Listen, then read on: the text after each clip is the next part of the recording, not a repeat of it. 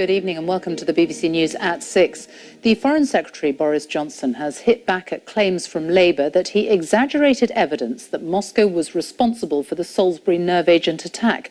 The Labour leader Jeremy Corbyn says Mr Johnson has serious questions to answer after the Portendown Defence Laboratory said it couldn't confirm the precise source of the nerve agent. But Boris Johnson accused the Labour leader of playing Russia's game and trying to discredit the UK over the Salisbury attack. Russia has called for an urgent meeting of the UN Security Council to discuss Britain's allegations, as our diplomatic correspondent James Landau reports. More than 1 month on in Salisbury, the investigation continues into a nerve agent attack that Britain believes was carried out by Russia. No other country has a combination of the capability, the intent and the motive to carry out such an act.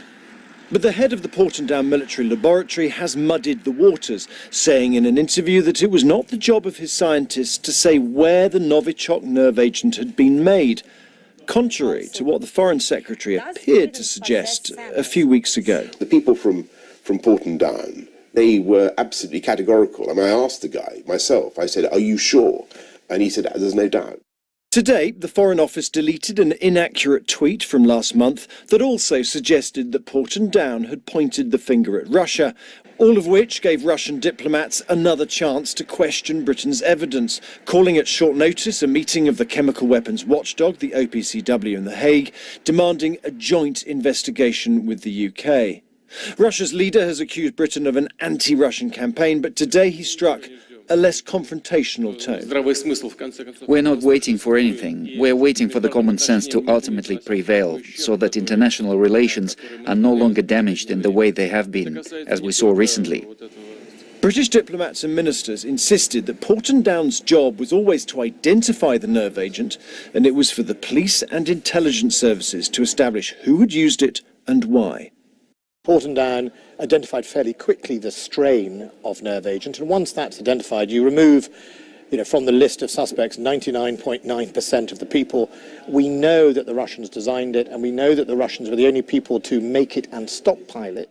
For now, at least, the international coalition behind the UK appears to be holding. The EU issued a statement saying it had full confidence in the UK's assessment and investigation, and attacking Russia for what it called a flood of insinuations. But the Labour leader remains more sceptical, questioning what he sees as the Foreign Secretary's rush to blame Russia when he believes other explanations could emerge. Boris Johnson seems to have completely exceeded the information that he'd been given and told the world in categorical terms what he believed had happened. And it's not backed up by the evidence he claimed to have got from Portendown in the first place. But Mr Johnson hit back, accusing Mr Corbyn in a tweet of playing Russia's game. 28 countries had backed Britain, he said, but Mr Corbyn had sided with what he called the Russian spin machine. So the diplomatic and political fallout from the Salisbury attack continues. Russia's calling for a meeting of the UN Security Council on Thursday. James Landau, BBC News.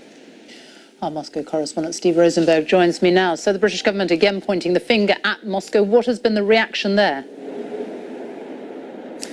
Well, the Russians have seized on those comments by Portendown yesterday that was unable to verify the precise source of the Novichok nerve agent. The Kremlin spokesman was quick to say that Theresa May and Boris Johnson should apologise to Moscow for their accusations. But what we've heard from Russia today, it kind of reminds me of the national symbol of this country, the double-headed eagle, two heads looking in two different directions. So one of those heads was Vladimir Putin's. He was sounding conciliatory, talking about hoping that common sense prevailed, not only in the Skripal case, but also in international relations generally. The other head, well, that belonged collectively to Russia's top security chiefs. They launched a blistering attack today on Britain and on the West. So we heard the head of Russia's Foreign Intelligence Service accusing the West of putting up a new Iron Curtain, of starting a new Cold War, and saying that the Salisbury poisoning was a grotesque provocation by the American and British secret services. Steve Rosenberg in Moscow, thank you.